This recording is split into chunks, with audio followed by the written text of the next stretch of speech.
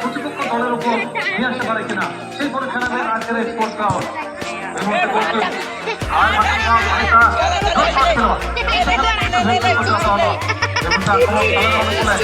সেখান থেকে আবার ব্যাট বল কিন্তু ভাঙতে পেরেছেন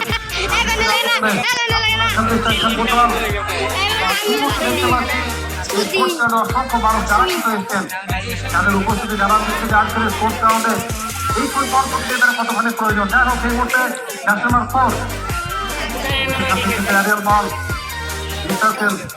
বিভক্ত কাছাকাছি বল ঘোষণা কাছে বিপজ্জনক জায়গায় এবং সেখান থেকে আক্রমণের মুহূর্তে দেখতে পাচ্ছি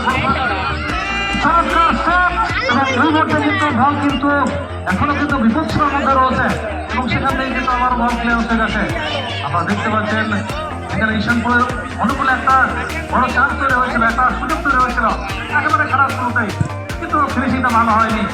এই মুহূর্তে ভাষার বল এরিয়াল বল এবং দুটি দল আমরা দেখতে পাচ্ছি খুব শুরুতেই প্রথমেই কিন্তু তারা বুঝতে পারে খেলার চেষ্টা করছেন, অর্থাৎ প্রথম গোলটি চলে এলে প্রতিপক্ষ দলের অনুকূলে সেটাই কিন্তু চাইছেন এবং সেটা দুতরফে। যাই হোক সময়ের সঙ্গে সঙ্গে খেলায় কিন্তু গতি সঞ্চার হবে। আপনারা দেখছেন আজকের এই স্পোর্টস গ্রাউন্ড যেখানে কিন্তু এই টুর্নামেন্টের প্রথম সেমিফাইনাল ম্যাচ অনুষ্ঠিত হচ্ছে। তো এই মুহূর্তে ফ্রি কিক বেশ করে খেলার দলের অনুকূলে দেখতে হবে কোন দল শেষ পর্যন্ত শেষ হাসিটা কিন্তু হাসছে। লম্বা অনেকটা বাঁচার বল ধর সেখান থেকে কিন্তু বলটা এবং সেখান থেকে আবারও ভাসি দিয়েছেন সেন্টার করে এবং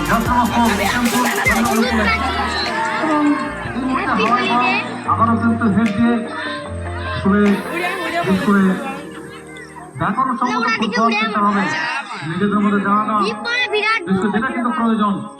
গোল নামক মহান অলঙ্কারকে নিজেদের অনুকূলে ফিরে আসতে হলে গোল শূন্য কাছে কোন দল শেষ পর্যন্ত প্রথমে স্কোর লাইনটা খুলবে সেটা কিন্তু দেখতে হবে এবং অবশ্যই সেটা কিন্তু সময় বলবে। অর্থাৎ এই মুহূর্তে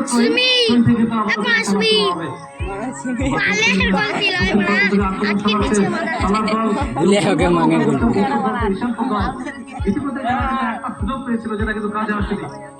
এই মুহূর্তে আবারও কিন্তু 1-1 লড়াই, সেখান থেকে আক্রমণে ঈশানপুর দল সেন্টার সাইকেল থেকে আমরা দেখতে পাচ্ছি চমৎকার পাসিং ফুটবল খেলছে ঈশানপুর দল।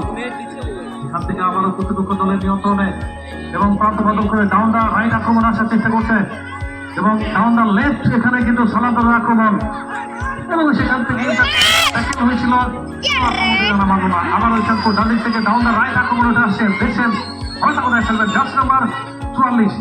এখান থেকে প্রতিপক্ষ দল আবার তারা বাধা তৈরি করলো এবং এই মুহূর্তে একটা লম্বা শট কোনো সঠিক কিন্তু পেলেন না রাইট আক্রমণে সালার দল এবং এই মুহূর্তে আমরা দেখতে পাচ্ছি বল চলে যাবে গোল লাইন পেরিয়ে বাস্তবতা বাইরে, অর্থাৎ এখানে গোল কিক ঈশানপুর সালার দলের অনুকূলে।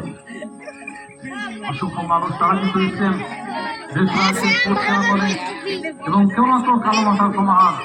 আজকের এই ফুটবল গণমানুষের খেলা, বাঙালির প্রিয় খেলা, বাঙালি জাতির ফুটবল খেলা, সমগ্র বিশ্বের প্রিয় খেলা এই ফুটবল এবং জাতীয় মধ্যে যেখানে এই ধরনের আসর অনুষ্ঠিত হয় এই মধ্যে চান্স কিন্তু না সেখান থেকে যেখানে 1 শট হয়েছিল চান্সটা যদি কিছুটা ছিল এবং এই মুহূর্তে বল চলে গেল মনে হচ্ছে 5 করে তার বাইরে।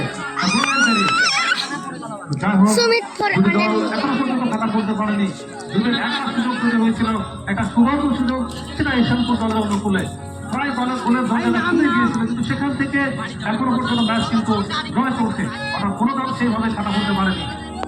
আপনারা দেখছেন নির্ধারিত 10 মিনিটের ম্যাচ অনুষ্ঠিত হবে, প্রথমার্ধের ম্যাচ আপনারা দেখছেন সেমিফাইনাল ম্যাচ। একদিকে ঈশানপুর দল এবং অপরদিকে বেশ করে সালার দল, মুর্শিদাবাদ জেলার দুটি দল তারা কিন্তু এই ম্যাচে কিন্তু অংশ নিয়েছে। খুব সঠিক জায়গায় বলটা রেখেছিলেন কিন্তু সেখান থেকে প্রতিহত হলো এবং বল চলে গেল 5 মিটার বাইরে। এখান থেকে আবারও থেকে আবারও কিন্তু খেলা শুরু হয়ে গেল, আবারও কিন্তু একটা ছোট্ট ফুটবল উপর দুলক্ষ কোনো ভুল করেনি, একটা বড় পরীক্ষায় কিন্তু পড়ে যেতে পারতেন এই মুহূর্তে। সাইকেল সেখান থেকে আক্রমণে ঈশানপুর ইনসাইড আউটসাইড করছেন এবং সেখানে চমৎকার একটা ড্রিবল দেখলাম এবং এই মুহূর্তে বাঁদিক থেকে আক্রমণে ঈশানপুর দল এবং সেখান থেকে আবার প্রতিপক্ষ দলের নিয়ন্ত্রণে উচ্চমাধ্যমিক খেলা চলমান। আপনারা দেখছেন গোটা এইটি হাই স্কুল স্পোর্টস প্রাঙ্গণে যেখানে একটা টুর্নামেন্টের পর্যায়ে গুরুত্বপূর্ণ ম্যাচ, বড় ম্যাচ, সেমিফাইনাল ম্যাচ, এবং এই মুহূর্তে বল চলে যাবে মাঠের বাইরে পাঁচ পরিচালতে দিয়ে, এবং খুব দ্রুততার সঙ্গে থ্রোইং করা হয়েছিল এবং থ্রোইং এর মধ্য দিয়ে আবারও কিন্তু খেলা শুরু হলো।